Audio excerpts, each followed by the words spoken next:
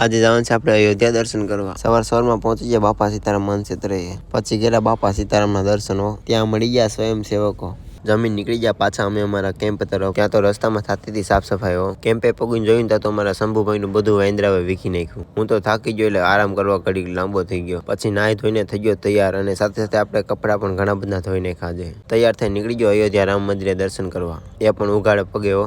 Railway station પાસે પગ્યા હતા, ખૂબ ટ્રાફિક થઈ ગઈ સિગ્નલના કારણે। ફાઇનલી આવી ગયો અયોધ્યાની ગલીઓમાં। પછી આપણે નીકળી ગયા પહેલા હનુમાનગઢી દર્શન કરવા। ચાલતો પહોંચી ગયો હનુમાન દાદાનું મંદિર પાસે, પણ ત્યાં તો ખૂબ જ ટ્રાફિક હતી।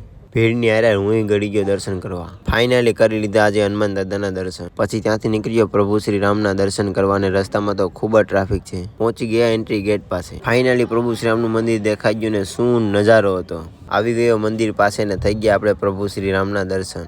જ્યારે મંદિરે દર્શન કરવા જતો હતો ને ત્યારે મળ્યા હતા આપણા ગુજરાત પાલનપુરથી આ માસી। કેમ્પ ઉપર આવીને ભૂખ લાગી એટલે બનાવી લીધી આપણે મેગી। અને હું છું ગુજરાત ગીર સોમનાથથી, આપણે આ સાયકલથી કરું છું સંપૂર્ણ ભારતની યાત્રા। આજે આપણે થઈ ગયા યાત્રાના 185 દિવસ। તમે પણ ગુજરાતી હોય તો કોમેન્ટમાં હર હર મહાદેવ લખી જજો, અને મારી આ ભારત યાત્રાની જર્ની જોવા માટે પેજને ફોલો કરી લેજો।